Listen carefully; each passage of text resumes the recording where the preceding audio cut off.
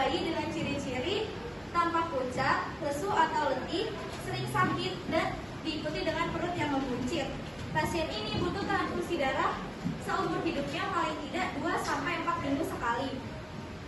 Yang kedua ada thalassemia minor atau pembawa sifat. Thalassemia jenis ini biasanya tidak bergejala dan terlihat normal. Namun pada saat pemeriksaan darah ditemukan kadar hemoglobin yang sedikit di bawah normal. Yang ketiga ada thalassemia intermedia.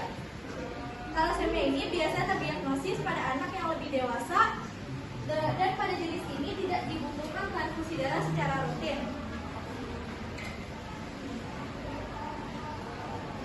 Lalu bagaimana cara seseorang dapat terkena penyakit thalassemia? Di sini yang perlu dipahami itu thalassemia adalah penyakit keturunan dan bukan penyakit menular. Nah, kalau benar-benar sifat thalassemia dapat dilihat pada skema dari blok.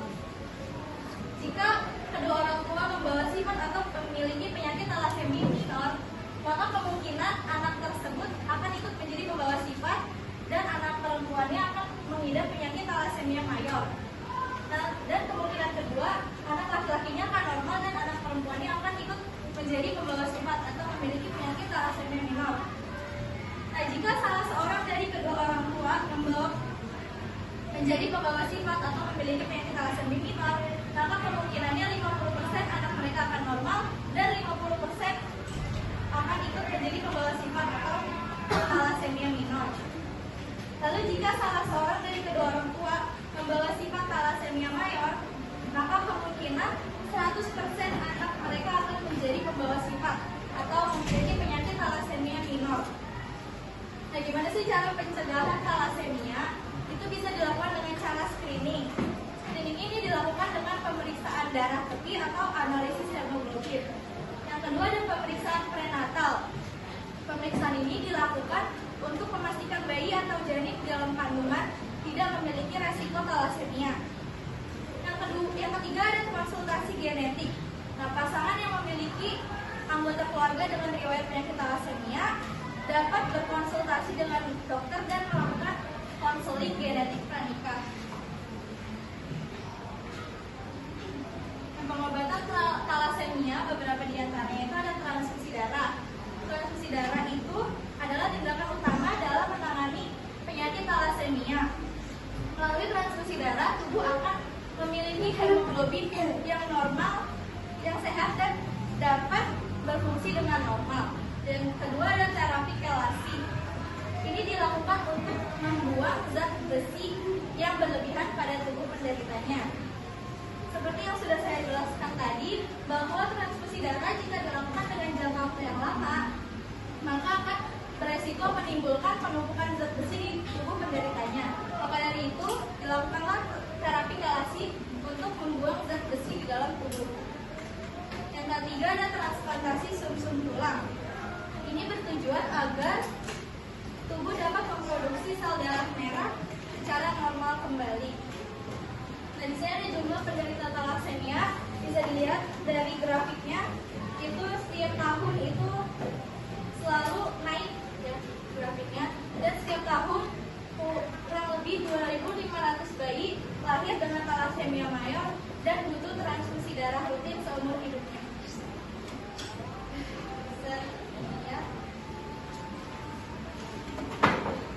Sekian materi yang dapat disampaikan oleh kalian. Selanjutnya saya membuka pertanyaan. Ada yang mau bertanya? Saya persilakan. Boleh berdiri dan perkenalkan. Perkenalkan, saya Jonathan Fernando Gutong dari kelompok 5 Sindrom Ciputat. Saya ingin bertanya tentang materi thalassemia. Apa sih yang harus diperhatikan oleh orang tua yang memiliki anak dengan penyakit thalassemia? Oke, terima kasih untuk mendengarkan pertanyaannya. Silakan untuk dijawab. Yang pertama itu ada pola makan, vaksinasi, olahraga, dukungan, dan perawatan rumah dengan gratis.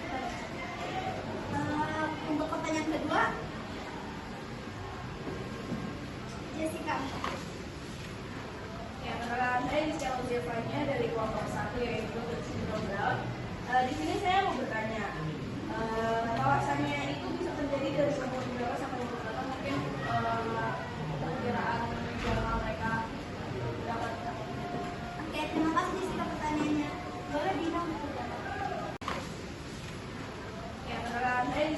mahasiswanya dari kelompok 1 yaitu bersindrom Down.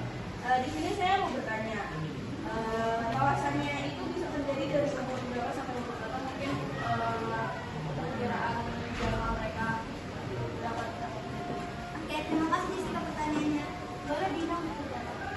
Jadi penyakit ini umumnya diidap oleh anak-anak dari rentang usia 0 bulan sampai hingga 18 tahun. Oke, pertanyaan ketiga. Boleh Rehan?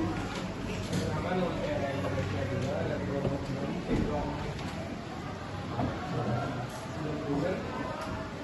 Saya ingin bertanya, kenapa anak thalassemia mengalami gangguan pertumbuhan?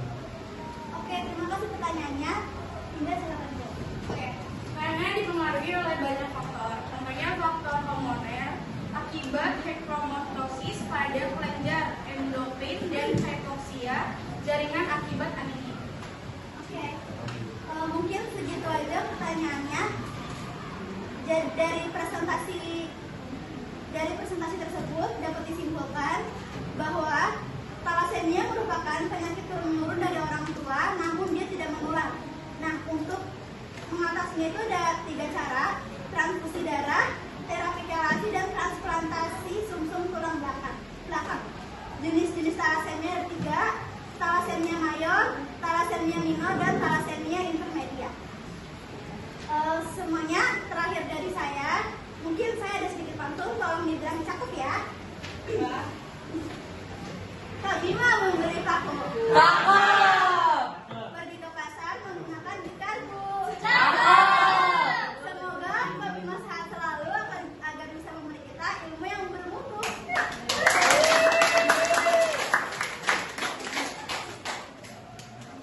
Mungkin kami membuka 2 pertanyaan lagi.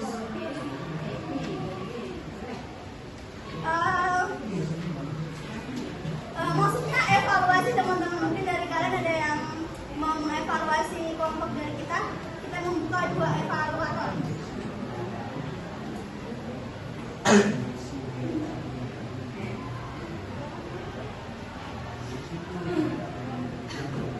Oke, boleh Jessica.